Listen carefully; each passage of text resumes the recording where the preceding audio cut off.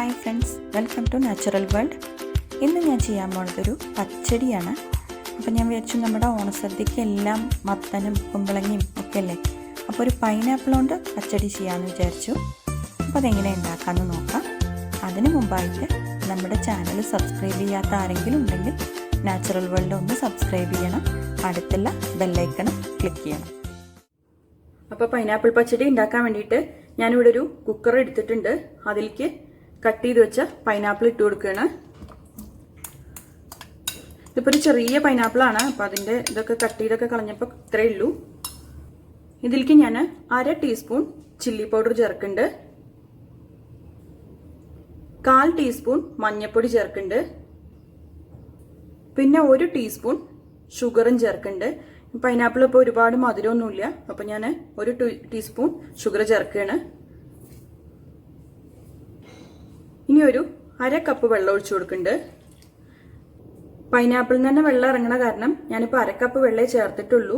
എനിക്കിത് മതി. ഇനി നിങ്ങൾക്ക് സംശയം ഉണ്ടെങ്കിൽ കുറച്ചുകൂടെ വെള്ളം ചേർക്കാം, പക്ഷെ അത് കഴിഞ്ഞാൽ അപ്പോൾ അത് വറ്റിക്കേണ്ടി വരും. ഞാനിപ്പോൾ 1/2 കപ്പ് വെള്ളമേ ചേർക്കണുള്ളൂ. ഇനി ഇതൊന്ന് മൂടി വെക്കാം.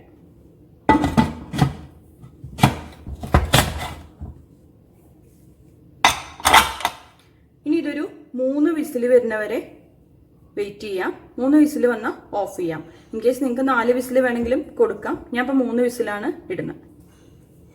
പൈനാപ്പിൾ അവിടെ വേവുന്ന സമയം കൊണ്ട് ഞാനിവിടെ 1/2 മൂടി തേങ്ങ എടുത്തു വെച്ചിട്ടുണ്ട്. ഇതിലേക്ക് ഞാൻ 2 പച്ചമുളക് ഇട്ട് കൊടുക്കുന്നുണ്ട്, 1/2 ടീസ്പൂൺ ജീരകം ഇടുന്നുണ്ട്, 1/2 ടീസ്പൂൺ കടുക് ഇട്ട് കൊടുക്കുന്നുണ്ട്. ഇനി ഇതൊന്ന് അരച്ചെടുത്തിട്ട് വരാം. അപ്പം ഞാനിപ്പോൾ 3 വിസിലിട്ടിട്ട് ഓഫ് ചെയ്ത് പ്രഷറൊക്കെ പോയി ഇരിക്കുന്നുണ്ട്. ഞാനപ്പോൾ കുക്കർ അടയ്ക്കുന്നതിന് മുമ്പേ ഉപ്പ് ഇട്ടിട്ടുണ്ടായിരുന്നു, അത് ഞാൻ കാണിക്കാൻ വിട്ടുപോയി. അപ്പോൾ നിങ്ങൾ ആവശ്യത്തിന് ഉപ്പും കൂടി ഇട്ടിട്ട് വിസിലിടണം. ഇനി നമുക്കിതൊന്ന് തുറന്നു നോക്കാം.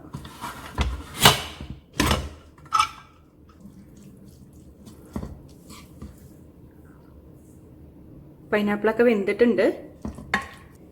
ഇതിലേക്ക് ഞാൻ അരച്ച് വെച്ച തേങ്ങ ചേർത്ത് കൊടുക്കാൻ പോവാണ്.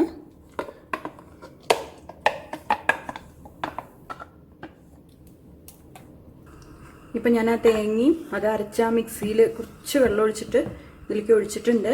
ഇനി ഇത് നന്നായിട്ടൊന്ന് തിളച്ച് മിക്സ് ആവട്ടെ. അപ്പം നമ്മുടെ തേങ്ങയൊക്കെ നന്നായി തിളച്ചിട്ടുണ്ട്, പക്ഷെ എനിക്കിതിൽ കുറച്ച് മധുരം കമ്മി പോലെ തോന്നുന്നുണ്ട്. അപ്പം ഞാൻ 1 സ്പൂണും കൂടെ ഷുഗർ ചേർത്ത് കൊടുക്കുകയാണ്. അപ്പം നിങ്ങൾക്ക് മധുരം പാകമാണെങ്കിൽ ചേർക്കണ്ട, അപ്പോൾ അവനവന് പാകത്തിൻ്റെ ഇതിനനുസരിച്ച് ചേർത്താൽ മതി. എനിക്കിപ്പോൾ ഞാൻ പറഞ്ഞില്ലേ, ഈ പൈനാപ്പിൾ വലിയ മധുരമില്ലാത്ത പൈനാപ്പിളാണ്, അപ്പം എനിക്ക് മധുരം കുറച്ച് കമ്മിയായപ്പോൾ ചേർത്ത് കൊടുത്തു എന്നേ ഉള്ളൂ. ഇപ്പം തേങ്ങയൊക്കെ നന്നായി ഒന്ന് പിടിച്ചിട്ടുണ്ട്, പക്ഷെ കുറച്ച് വെള്ളമുണ്ട്. ഈ വെള്ളം ഒന്ന് കിടന്ന് വറ്റിക്കോട്ടെ. ഞാനിപ്പോൾ ഫ്ലെയിം മീഡിയത്തിലാണ് വെച്ചിരിക്കുന്നത്. ഈ വെള്ളം കുറച്ചൊന്ന് വറ്റിച്ചിട്ട് നമുക്ക് വറുത്തിടാം. അപ്പം നമ്മുടെ തേങ്ങയൊക്കെ നന്നായി മിക്സ് ആയിട്ടുണ്ട്, വെള്ളമൊക്കെ വറ്റി തുടങ്ങി. കുറച്ചുകൂടെ വെള്ളമുണ്ട്, ഞാൻ ഇതും കൂടെ ഒന്ന് വറ്റിച്ചെടുക്കട്ടെ. ഇപ്പം മധുരമൊക്കെ പാകമായിട്ടുണ്ട്, വെള്ളമൊക്കെ വറ്റി.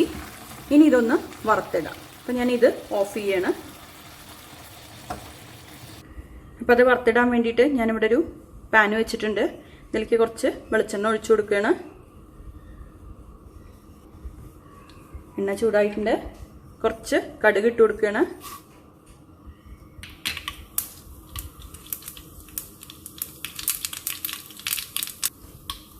മുളക് ഇട്ട് കൊടുത്തു, കുറച്ച് കറിവേപ്പില ഇട്ട് കൊടുക്കുകയാണ്. അത് ഇതിലേക്ക് ഒഴിച്ചു കൊടുക്കുകയാണ്.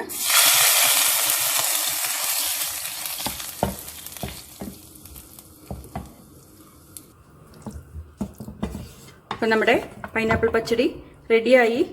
ഇതിലിപ്പോൾ ഞാൻ തൈര് ചേർത്തിട്ടില്ല, കാരണം നമ്മൾ ഓണത്തിന് ചേർക്കുമ്പോൾ അവിയലിലും കാളനിലും ഒക്കെ തൈരാകുമ്പോൾ നമുക്കന്നെ ഒരു മടുപ്പ് വരും. അപ്പം ഞാൻ ഇതിൽ തൈര് ചേർക്കാതെയാണ് ഉണ്ടാക്കിയിരിക്കുന്നത്, ഒരു മധുരപ്പച്ചടിയായിട്ട്.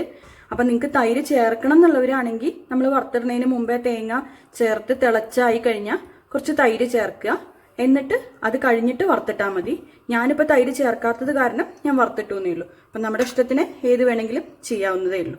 അപ്പം ഞാൻ ഇനി ഇത് ഓഫ് ചെയ്തിട്ട് കുറച്ച് ഒരു 2 മിനിറ്റ് ഒന്ന് അടച്ച് വെക്കട്ടെ. ഈ വറുത്തിട്ടതൊക്കെ ഒന്ന് പിടിച്ചിട്ട് സെർവിങ് ബൗളിലേക്ക് മാറ്റാം. നമ്മുടെ പച്ചടി ഇവിടെ റെഡി ആയിരിക്കുന്നുണ്ട്. അപ്പോൾ എല്ലാവരും ട്രൈ ചെയ്ത് നോക്കിയിട്ട് അഭിപ്രായം പറയണം. താങ്ക്